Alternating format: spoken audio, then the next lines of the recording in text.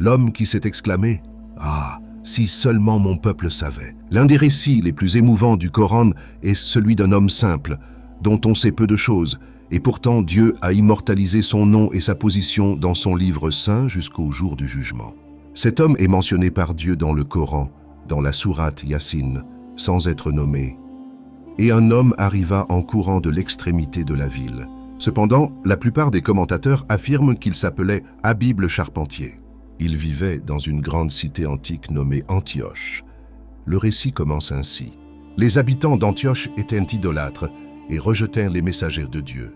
Alors Dieu leur envoya 2 messagers, les appelant à l'adorer lui seul. Dieu Tout-Puissant dit, « Lorsque nous leur avons envoyé 2 messagers, ils les ont tous 2 reniés. Alors nous les avons renforcés par un 3e. Cela signifie que Dieu leur envoya 2 messagers, mais qu'ils les renièrent. Il en envoya donc un 3e pour renforcer leur mission. Mais le peuple s'obstina encore davantage et dit aux messagers, « Vous n'êtes que des hommes comme nous. » Puis ils les menacèrent de lapidation et de torture s'ils ne cessaient pas de prêcher. L'homme venu des confins de la ville. À la périphérie de la ville vivait un pauvre charpentier nommé Habib al-Najjar. Il était connu de tous pour sa bonté et sa piété. Certains récits mentionnent qu'il était un homme juste, qui donnait la moitié de ses biens en aumône, atteint de la lèpre, mais il était d'une pureté de cœur exceptionnelle.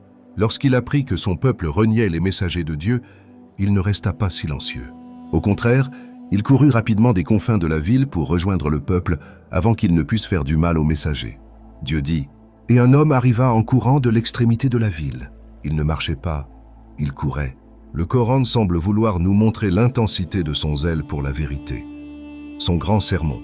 Cet homme se tint seul devant son peuple et dit, « Ô mon peuple, suivez les messagers. » Puis il ajouta, « Suivez ceux qui ne vous demandent aucun paiement, car ils sont bien guidés. » Autrement dit, ces messagers ne recherchent ni argent ni pouvoir.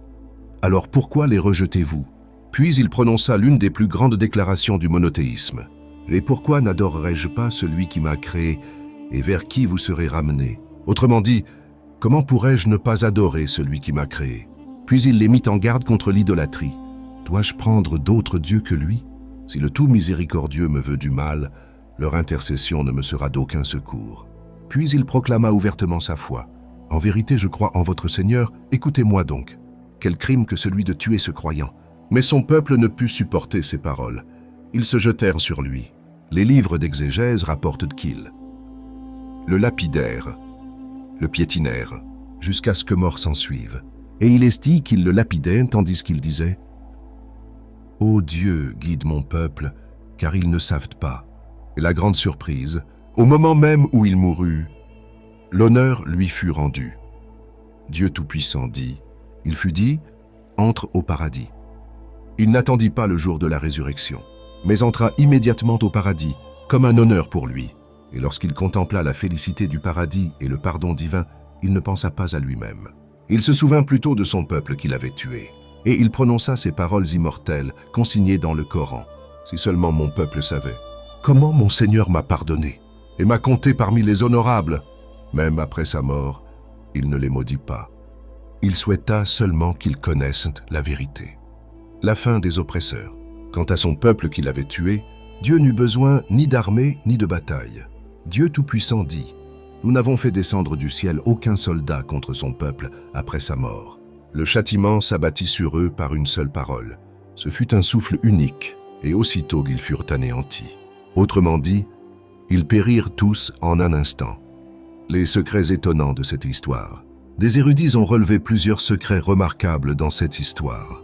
Un Dieu n'a pas mentionné le nom de cet homme afin qu'il soit un modèle pour tout croyant qui s'attache à la vérité. 2, il leur a dit, « Ô mon peuple !»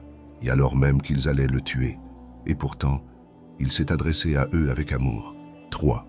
Après sa mort, il leur a souhaité le meilleur, ce qui représente l'un des plus hauts degrés de foi. Pourquoi Dieu a-t-il raconté son histoire?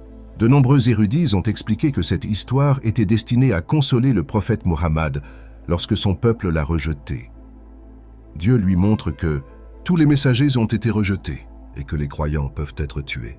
Mais la vérité, le message éternel, triomphe toujours. L'histoire d'Habib le Charpentier nous enseigne que un seul homme peut changer le cours de l'histoire. La véritable foi se révèle dans l'adversité. Le croyant sincère souhaite le bien d'autrui, même s'il en subit le mal. C'est pourquoi sa voix résonne encore dans le Coran jusqu'au jour du jugement.